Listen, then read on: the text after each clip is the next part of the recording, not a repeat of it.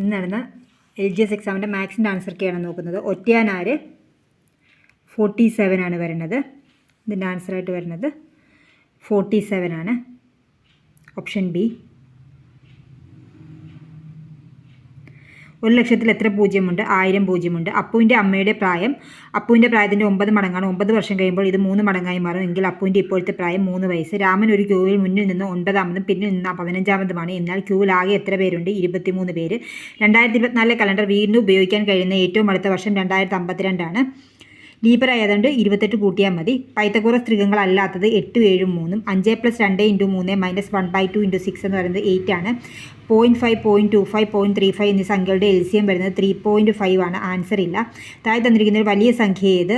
17/5. 1.1 × 1.11ൻ്റെ answer എത്രയാണ്? 1.22 ആണ്. തുക കാണുക. എത്രയാണ്? 1395. എ ബിയുടെ അച്ഛനാണ്.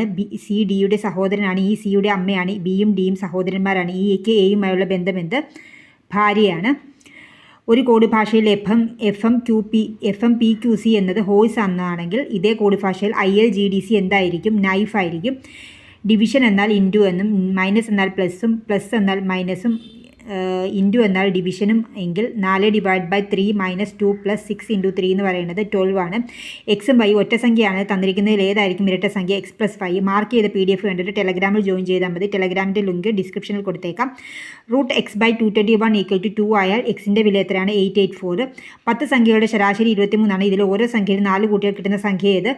സംഖ്യകളുടെ ശരാശരി 27 ആണ്. ഒരു സ്കൂട്ടർ 9200 രൂപയ്ക്ക് വിറ്റപ്പോൾ 15% ലാഭം കിട്ടിയെങ്കിൽ വാങ്ങിയ വില എത്രയാണ്? 8000 രൂപ. ഒരാൾ എയിൽ നിന്ന് ബിയിലേക്ക് 60 km/h വേഗതയിലും തിരിച്ച് ബിയിൽ നിന്ന് എയിലേക്ക് 40 km/h വേഗതയിലും യാത്ര ചെയ്താൽ യാത്രയുടെ ശരാശരി വേഗത 48 ആണ്.